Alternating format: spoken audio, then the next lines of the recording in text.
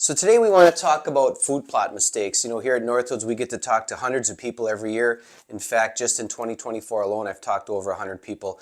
And we've learned a lot of mistakes people are making. They've got a lot of questions. We've got to fix a lot of food plot failures. I know we do hundreds of food plot programs a year for folks. And so these are a lot of the failures we see, or potential failures we see, and we wanted to talk about them today in hopes of helping people avoid these mistakes in 2024.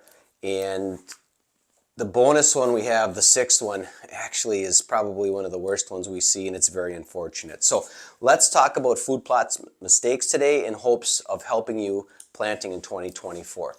Number one, wrong planting depth. So if you think about brassica seed, clover seed, even radishes, switchgrass seed, those don't need to be planted very deep. One of the rules of thumb I like to go by when planting seed is the size of the seed is the depth of the seed.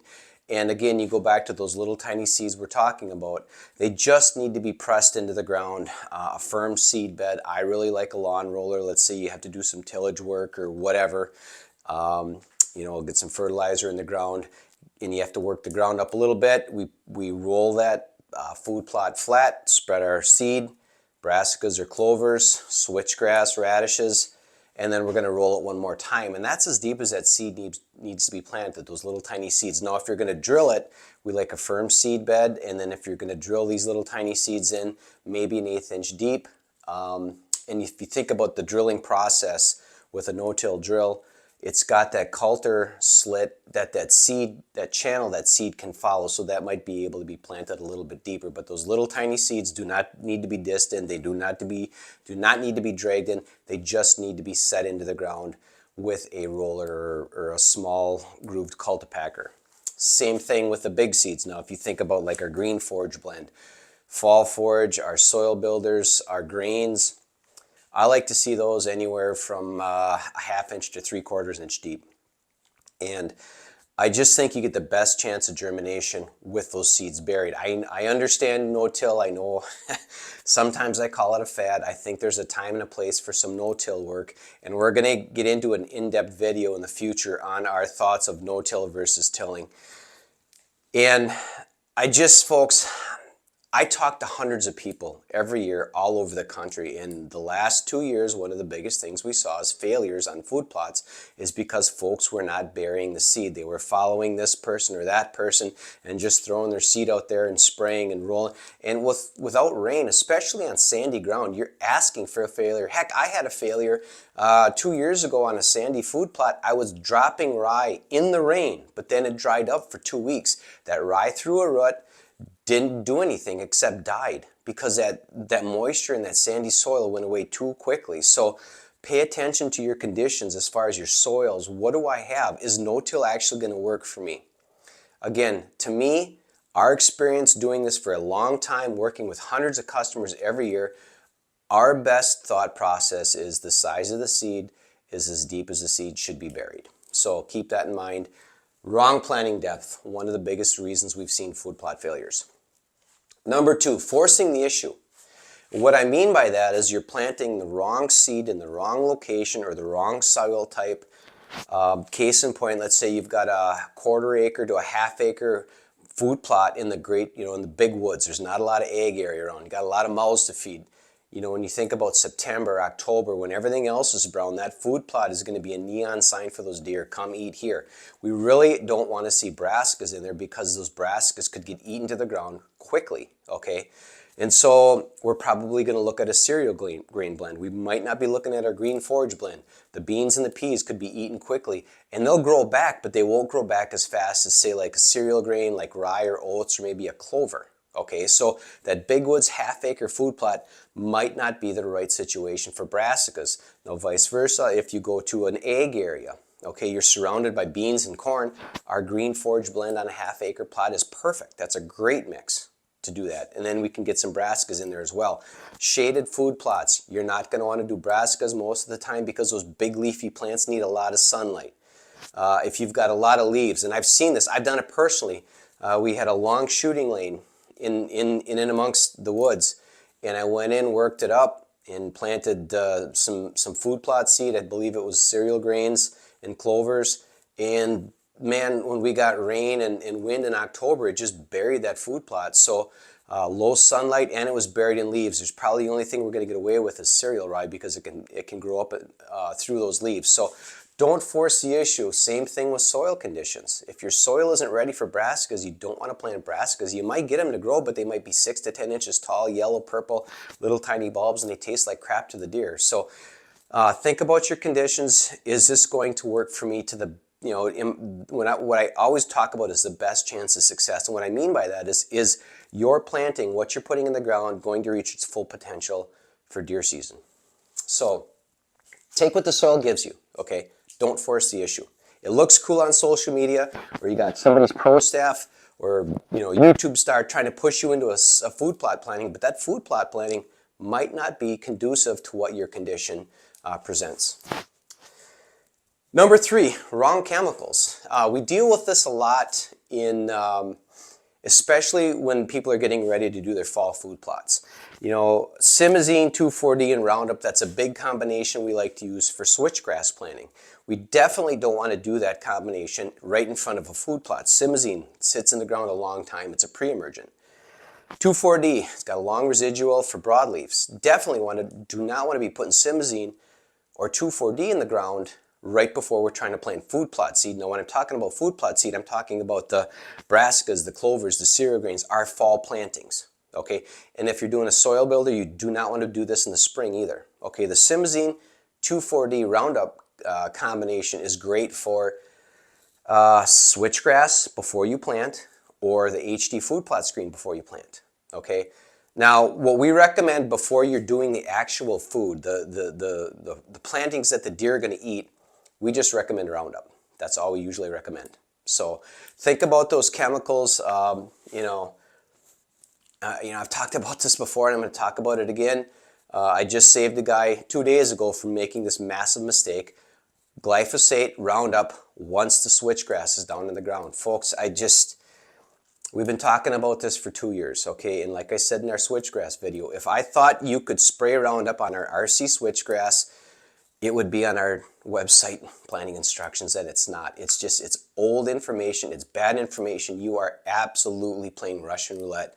If you're going to plant those 30, 40, 50-year-old switchgrass varieties and you want to do that, they're slow growing, you might get away with it. But anything here on the shelf at Northwoods, I would not ever spray Roundup once our switchgrass seed is down. So, wrong chemicals. Another problem we see. If you've got a question about chemicals, by all means, first off, read the labels. Understand what you're spraying on those food plots. But second of all, you can get a hold of us here at Northwoods, and we'll try to walk you through any questions you have. Okay? Number 4, bad advice. And I think that's where a lot of these 3 come from. Bad advice, bad information. There's so much information on Facebook. So many people trying to start podcasts, so many people trying to start YouTube channels, and I don't understand why everybody thinks they need to start a YouTube channel.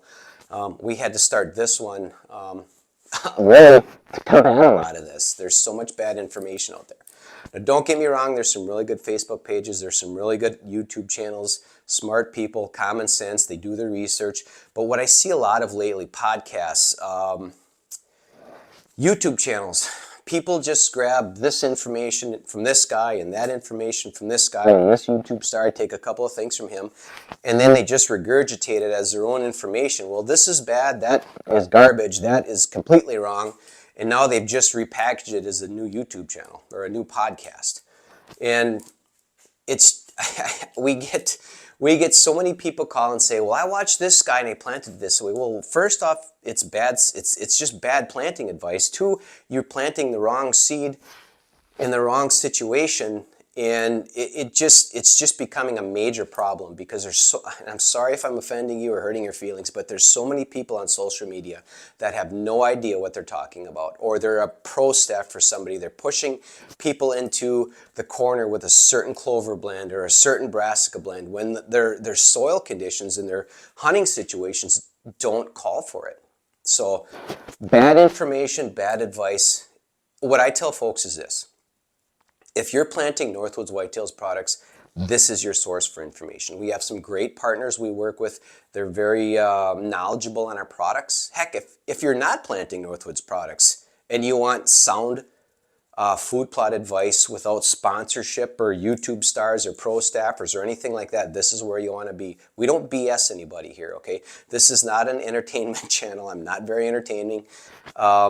It's very educational, okay? And I think everybody, whether you're planting Northwoods products or not, you're going to learn something here.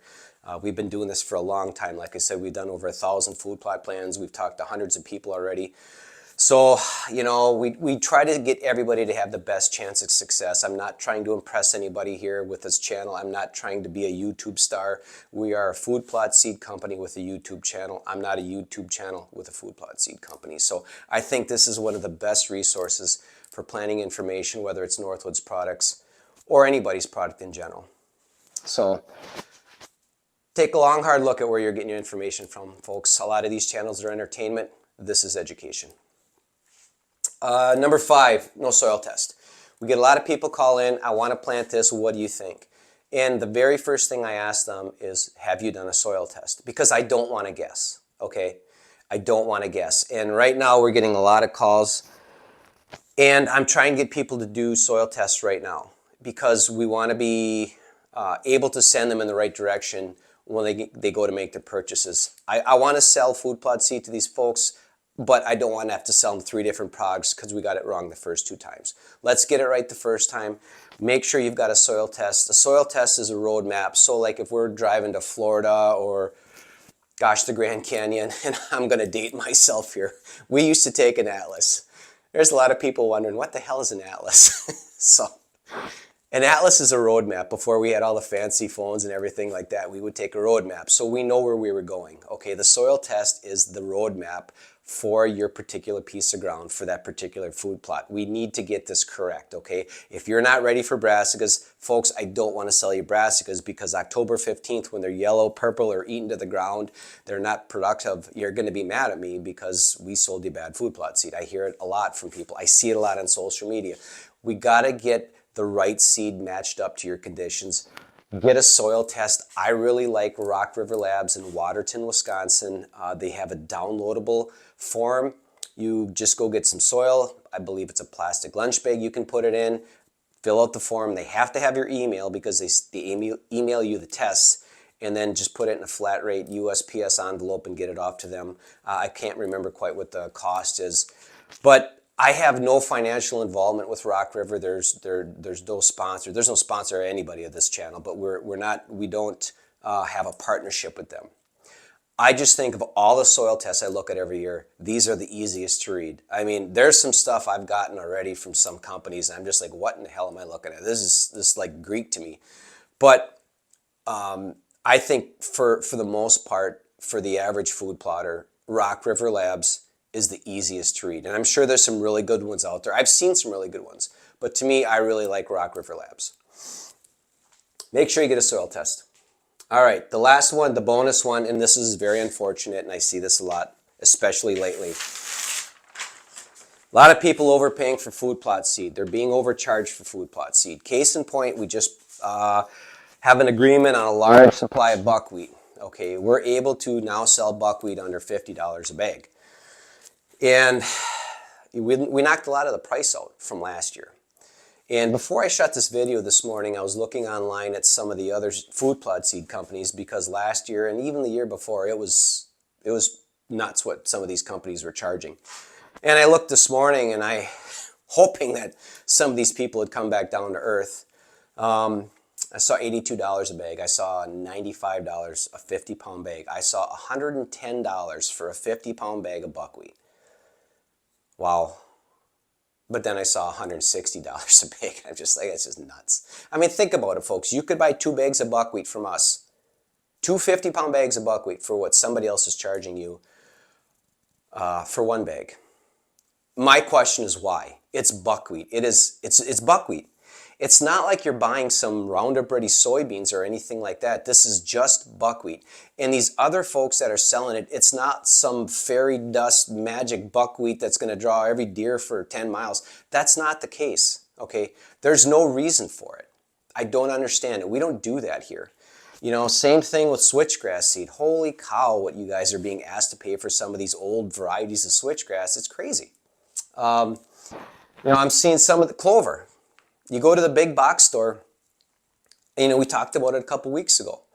And you're spending a premium price for 4 pounds of clover. Well, when you go to that bag and you look at the ingredients and the recipe, you're getting 2 pounds of clover and 2 pounds of seed coating, inert matter, maybe a little bit of annual clover. So you're paying like $20, $18 to $20 a pound for actual clover seed that you're going to see for the next 3 to 5 years. $20 a pound, $18 a pound. That's crazy. Brassica, I seen somebody selling a half-acre bag of brassica for $50. Why? You know, the thing, when we started this business, I said, this is our goals. I want to get the best seed possible. I want to build the best blends we can, as good as anything on the market. And I want to sell it at the best price. And if we stick with that, we're going to be just fine. Our company has grown every single year. Right now, here in mid-February, by far, this is the best beginning to a year we've ever had. By far. And I think it's working for us. It might not be the best business plan, but quite honestly, I really don't care. This is what we do here. This is our business plan. This is what we do. I don't have, you know, giant deer all over the wall. I don't use giant deer to sell our products. I don't have dozens of pro staffers. I'm not some hunting celebrity, nor do I want to be. This is just what we do here. Okay, there's no fancy packaging. It's plain white, plain brown bags, plain plastic bags for the small seed. Actually, the fanciest bag we've got right now is our buckwheat. That's the fancy bag we've got is the buckwheat bag. But, you know, a few years ago, I was told by somebody in the industry, you need to raise your prices. You need to get in line with everybody else. And I laughed and I said, everybody else is the problem. I do not want to be like everybody else. Okay, the reason I started Northwoods was because of everybody else. What I saw what was going on in the seed industry, I just think it's crazy. You know, and again, I'm offending some people right now. There's some people mad and swearing at me right now. I really don't care. The thing I care about is our business and the folks that are buying our seed. And you know what? If we're less expensive than everybody else and we're not going to jack the prices up because, you know, we want the latest and greatest this or that or the other thing, that's just the way we do business here, folks. I'm not going to jack these prices up. Yes, we have to make money. We've got bills to pay just like everybody else. But what I'm seeing in the industry right now, and there's more and more seed companies getting in there, I'm not going to take part in that nonsense. You know, there might be a couple of companies here or there that might have a product cheaper than us, but what I do not do is go and grab a bunch of dwarf Essex rape and a bunch of purple top turnips and the very cheap radishes and throw them in a bag and then mark the price way up. We don't do that here. We get the best possible brassica seed that we can that makes the most sense growing together. There's a strategy behind our brassica blend, and we sell it at the price we sell it at. And that's the way we've done business for, gosh, the last 13 years. I've been fortunate and I've been very blessed to do this for a living. For mid-August, I think it was August of 2019, I quit my job and did this full time. And that's our business model. Best seed blends at the best prices. And we've done just fine. And that's what we're going to continue to do. So ask yourself when you're buying food plot seed, am I getting good value? Same thing when buying a truck. Same thing when you're buying a wash machine, a lawnmower, you know, anything. Is this worth the money I'm paying? Or am I being taken advantage of by someone? So just something to think about. You know, that's the way we do business here, and that's the way we're going to continue to do business here. So these food plot planting mistakes, hopefully in 2024 you'll avoid them. If you've got any questions, by all means, ask them in the comments below. Also, if you have a mistake that you have seen or that has happened to you that's not on here and you can help us, help somebody, by all means, please comment below. Because again, like I said, this isn't very entertaining. This is educational. We want folks to come here. We want folks to learn. I think this is a great resource when you're working on food plots. And hopefully this will help you with your 2024 food plot planting. Thanks for watching, folks, and we'll see you in a few days.